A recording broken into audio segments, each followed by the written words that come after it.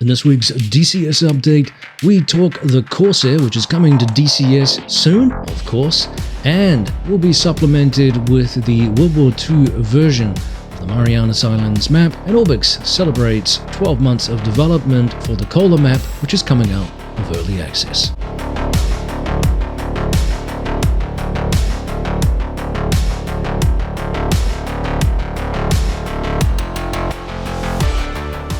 Welcome back to the DCS SITREP for news on the world's premier combat flight simulator, developed for the home PC by Eagle Dynamics and its third-party affiliates. One of those parties is Magnitude 3, who are responsible for aircraft like the MiG-21 and who've been working on the F4U-1D Corsair for several years now. It's a project which has proved a challenging one. The flight model was part of the model's development holdups, and as we've discussed on this channel many times previously, tends to be a significant portion of a team's work to perfect. I recall many people complaining about the JF-17's flight model as being sterile or feeling as though it was on rails. In other words, virtual pilots are looking for feedback as the aircraft pushes through the mass of air. Now, there has been a lot of criticism of Magnitude 3's development and timeline for release, with some people suggesting that the aircraft is not even complicated. So why has it taken so long? Well, I grasp the frustration of long development cycles like this particular one. I think it's important to also consider a couple of things. Firstly, the resources available to smaller teams who may be working part-time on a project, the data availability, and some even seemingly simple aircraft can still be complex to model within the DCS environment properly or accurately. Not only does the aircraft have to fly realistically in all manner of regimes, but you then start slinging ordnance on it with the landing gear down or partially down or so on and so forth, or with the damage model, the mathematical calculations begin to compound. I suspect too that with the gull wing feature of the aircraft, that may also have added some additional calculus to the mix over a more traditional wing structure that other teams have to calculate. Now, in effect, there really is no simple aircraft in the game when it comes to this particular feature of the model, and any suggestion otherwise is an insult to the developers and shows a crude understanding of the development processes involved in making these aircraft. By way of reminder, let's take a little listen to Granelli Designs from a discussion we had earlier this year and the approach that they took to the F100D's flight model development and testing systems that they had to create in-house. I think one of the reasons it's so difficult is, DCS, it takes a while to load, and it's not particularly automatable. In order to develop a good flight model, especially as you start fine-tuning more, you need to be repeatable. You need to be able to do the same test with the same inputs over and over and over again to compare values, and it's hard to do that when you're hand flying. Yeah, we have hundreds of tests for the F100, like things like max roll rate tests, excess power, which is where you're measuring how much thrust you have compared to how much drag you have at different regimes, and all of those data points. It's fine to fly it once for a real life aircraft. But as Sloan said, if you're tuning it, you need to be able to run that test instantly and see what the result is. And so we with the flight model tool, we've made this interface where we can basically write a nice Python script and make use of the tools in Python to plot and optimize and all this stuff, so that we can write these tests and they can very quickly go through and replicate all of the real world tests that we have, to ensure that everything's super accurate. I'll post a link to the original video if you haven't seen it, which is in 2 parts on my channel in the comments section below. Now, Edie advised that this aircraft could be introduced, the Corsair that is, in the next update, and described last week that they were also finalizing work on the Marianas World War II map, which is an important accompaniment to this particular aircraft, and also their own Hellcat aircraft as well. They wrote up a takeoff sequence to take us back to the era, which goes something as follows. June 1944, dawn slides across the Pacific and glints off the blue-black wings of the brand new F4U-1D Corsair as she taxis onto the deck of the USS Essex. Hello, A seething amphibious armada is already closing in on Saipan's coral beaches. Flight Lead Lieutenant Duke Klein pulls his canopy shut, opens the cowl flaps, and spools the mighty R-2800 to life. The gull-wing fighter shudders like a thoroughbred, straining against the blocks. One last magneto check, a green flag from the deck officer, and the bent-winged bird is hurled into the humid morning sky. Now, that takeoff sequence is exactly what you'll feel in DCS with the DCS F4U-1D Corsair by Magnitude 3 LLC. The module is confidently approaching finals with our recent tests showing promising results for an early access launch. Stay tuned, and as I said, could be part of the next update whenever that is planned. We don't know exactly, typically 4 to 6 weeks between patches these days. Now, part of the challenge of introducing new aircraft is the potential addition of also things like new weapons, which is largely, remember, the domain of Eagle Dynamics. Although we do see joint contributions with aircraft like the Tomcat, with the Phoenix missile, for example, and of course their Phantom II, which also saw some different weapons. Now, in this case, Edie described the new release of the ASM into BAT into DCS, which marks a significant advancement in World War II combat simulation by introducing the first operational radar-guided glide bomb to the battlefield. Certainly something we're very familiar with these days, especially with current geopolitical and conflicts going on. Now, this weapon, though, way back then, enhances the strategic depth and historical authenticity of late war scenarios, allowing players to engage enemy ships from standoff distances with an unprecedented precision for the era. Its inclusion showcases evolving aerial strike capabilities and provides a unique tactical option for pilots flying US Navy aircraft, emphasizing the technological innovation that began to reshape air warfare in the closing stages of World War II. So the development and design is as follows. The BAT's origins trace as far back as 1941, when RCA actually proposed a television-guided anti-shipping weapon called Dragon, where an operator would steer the bomb using a live TV feed from its nose. Extremely sophisticated stuff for the era. Now, the National Bureau of Standards, or NBS, later part of the Army Research Laboratory, was tasked with designing the airframe, building on the same guidable ordnance frame used in the earlier abandoned Project Pigeon. By 1942, the concept evolved into the Pelican, a semi-active radar-guided bomb for anti-submarine warfare. In mid-1943, the design shifted again to incorporate an active radar homing system from Western Electronic, paired with a 1,000-pound or 454 kg AN-M65 general-purpose bomb, the same ordnance used in the USAAF's Azon guided munition. The final BAT design, officially designated SWOD, or Special Weapons Ordnance Device, Mark IX, was a technological marvel of its time. The BAT featured a plywood frame constructed by the Rudolf Wurlitzer Organ Company, known for its expertise in bending plywood for organs and jukeboxes. It's a 12-foot long, 10-foot wide structure, which was gyro-stabilized with a Bendix Aviation autopilot, using ailerons, combined ailerons and elevators, for steering. Small wind-driven generators powered the controllable tail elevator, linked to an S-band radar homing device in the nose.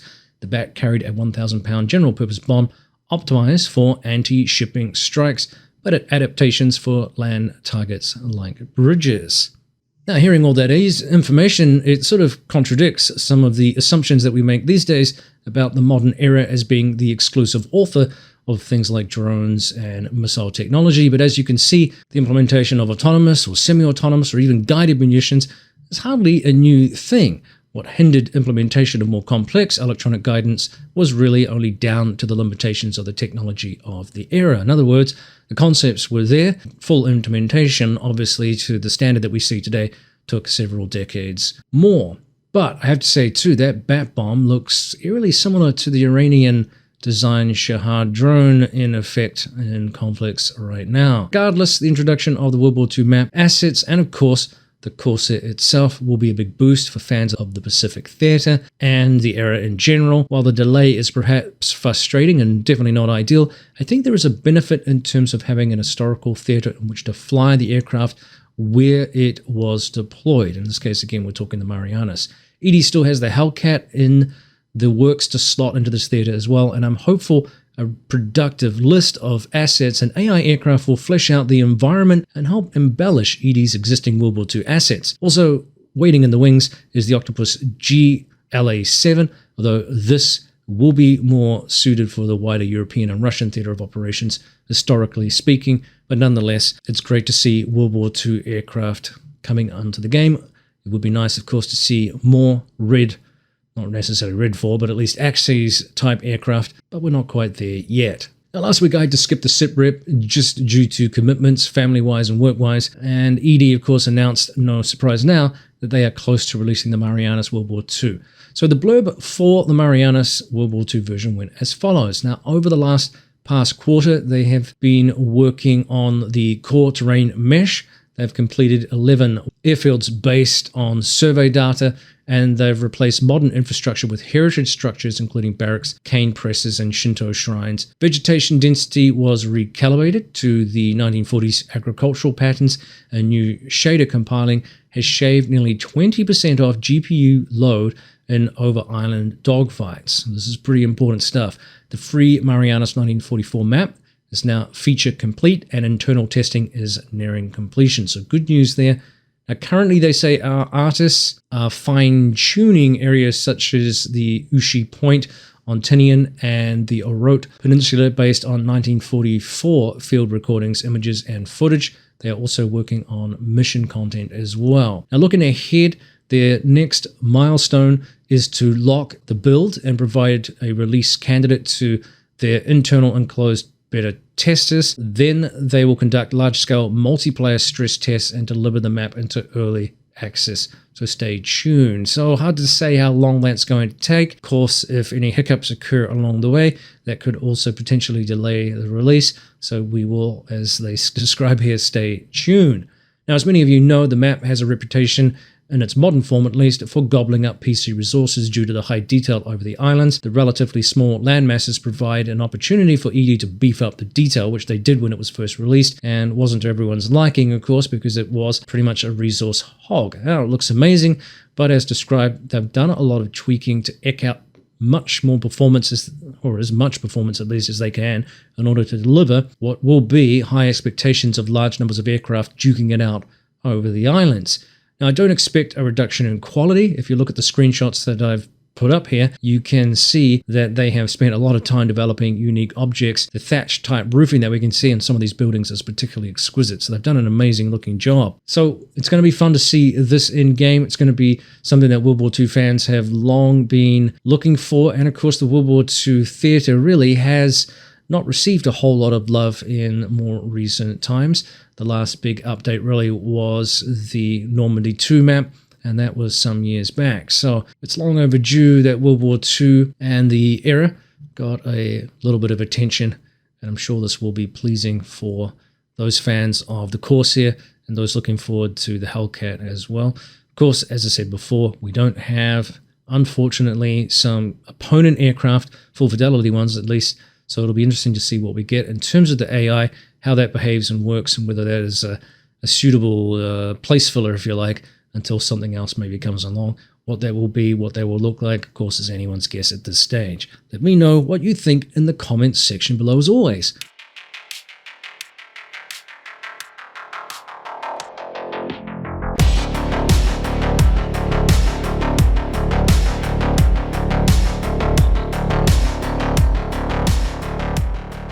Well, let's switch gears here and take a reflective look at Orbix's Kola Peninsula map, which I know the map team have been working on extremely hard to embellish its features and assets. The ED team explained to us the following as to what's going on there. Now, it's a year on since the Kola map was released, and it continues to expand as a dynamic and strategically significant theater within DCS. As we've said, it's developed by Orbix, who are a leading scenery developer, particularly in Microsoft Flight Simulator. So this map spans over 1.35 million square kilometers of Arctic and subarctic terrain, covering northern Norway, Sweden, Finland, and Russia's Murmansk and Karelia regions. Since release, the map has received substantial improvements, adding new airfields, infrastructure, visual improvements, and performance enhancements that have shaped it into the detailed and responsive environment it is today. Now, it's built for large-scale operations. The map blends complex infrastructure with fjords, pining for the fjords, tundra, forests, and mountainous zones, layered with historic and modern-day military relevance, with more than 20 functional airfields, detailed ports, and key industrial zones already in place. Kola supports a wide variety of tactical scenarios. So they're going to pull it out of early access in July here of 2025. This will mark the formal end of the initial launch phase, but the development will continue. Orbix remains committed to ongoing improvements with new content and technical updates already planned, which is good news. According to the CEO of Orbix, Anna Cisagnani, the development of the Kola Map is not ending with early access. We are committed to adding content and updating the map in line with the platform technical innovations. Orbix started to work on the map over 3 years ago, and this has been a great project for us, they said. So remember, this is their introduction to DCS World as well, something that WAGS had apparently been working with the company coming on board for quite a while. So it was a bit of a swoop to get these guys on board and produce maps for us. We have learned much about DCS, and we will use that knowledge together with our passion for creating terrain and scenarios to enhance this map even further. So it's good news there. And of course, as good as this map is, I think it's fair to say that the Cold War Germany map has also raised the bar once again. And there are some maps now, I think, in the game that certainly could use some attention, given the advancements that have been made over the last few years, particularly. Turning back to Kola, though, what's been delivered? Well, as we previously said, we have 1.35 million square kilometers of land and sea coverage. We have the 20-plus airfields with surrounding infrastructure and navigation, custom ports, radar sites, urban centers, and military facilities. Free and payware missions available both via Orbix and the ED stores. Significant VRAM and performance optimizations. For June of 2025, they're going to add some more airports here, and I might butcher some of the names here, so I apologize. We've got 1, 2, 3, 4, 5, 6 airfields coming. So from bottom to top, Afrikanda, Duzimye, Kalevala, Koshka, Lustare, and Kupjeva, I think. So apologies for the pronunciations there. But either way. Now, over the next 3 to 6 months, we should see airfields and surrounding infrastructure, ESPG, ESNG, ENKA, and EFRU, enhanced ground textures for low-level flight, and continued VRAM and rendering performance updates, which is good news, because remember, this is also part of the core engine update, so whatever they can produce in terms of performance updates, it's going to have a benefit for us with the maps as well. Translates, that is ED, and the symbiosis there with the third-party developers. Why Kola matters? Well, it's a region that has long served as a critical military frontier, home to Russia's Northern Fleet and dense Cold War-era infrastructure, now bordering NATO-aligned airspace.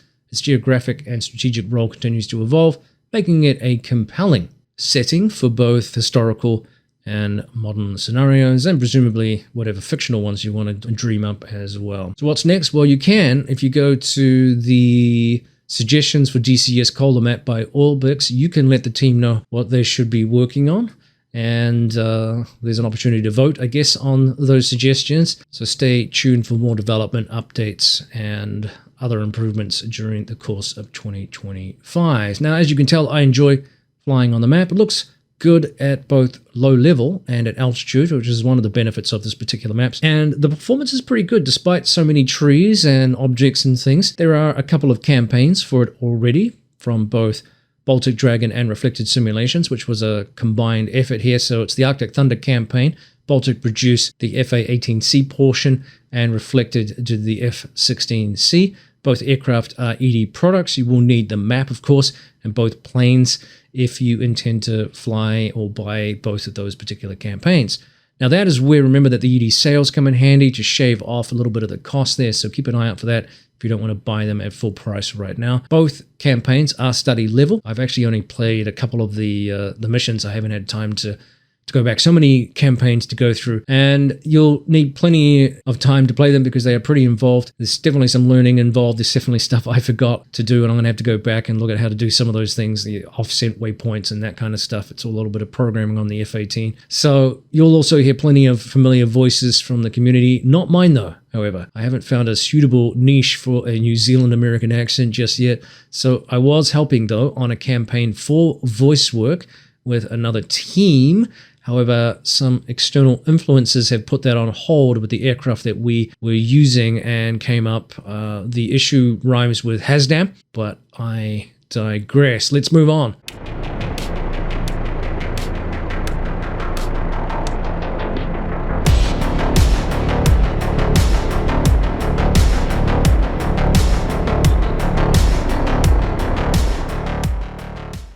Wrapping up this week's DCS SITREP, I think I'd be remiss in not acknowledging the tragedy of the Air India Boeing that crashed a couple of days ago by the time you're listening to this. It's killing all on board, bar one incredibly lucky survivor, Viswash Kumar Ramesh, who was a British national, I believe, who had been visiting India to catch up with friends and family.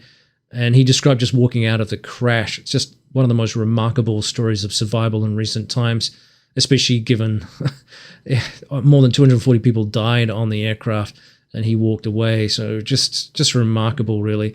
As an aviation enthusiast, it's just impossible to really ignore these kinds of events. Obviously, there's a lot of other, as I mentioned before, international clashes going on right now, but these kinds of mass events for those of us who are fly now and again, who are interested in aviation, it's normally considered one of the safest things you can do in terms of travel, and yet we are seeing, some pretty bizarre events and certainly some tragedies like this. So it really does, tugs at you a little bit. There's been a flurry of videos analyzing footage of the crash and theorizing the cause. It's not the purvey of this particular channel to produce similar videos, given my very limited expertise on this particular area. I can only make casual observations like most of us who have no aviation, real background. And I guess all I can do is extend my condolences to those affected by the tragedy. It's a terrible, terrible thing, and it's so unusual in the general world of aviation safety these days. So with the black boxes recovered, hopefully accident investigation teams will be able to determine the root causes of the crash. I've flown on a few 787s in my time across the Pacific, so any failure of this nature gets your attention really when you travel periodically on similar planes. It certainly makes you think. So let's hope they can get to the root cause of the issue. Of course, that will bring little comfort to those affected by the tragedy. So, well, I didn't mean to end on a negative note, but as I said, it's hard to ignore that kind of thing. So this wraps up the bulk of the news this week around the ED universe. Thanks as always for tuning in to a longer video this week and all of the support for the channel. I'm planning a giveaway, I think, for the Corsair, naturally, once it's released, and also that MiG-29A, which is a pretty sexy looking beast. So stay tuned for that, and we'll see you next time on the DCS SITREP.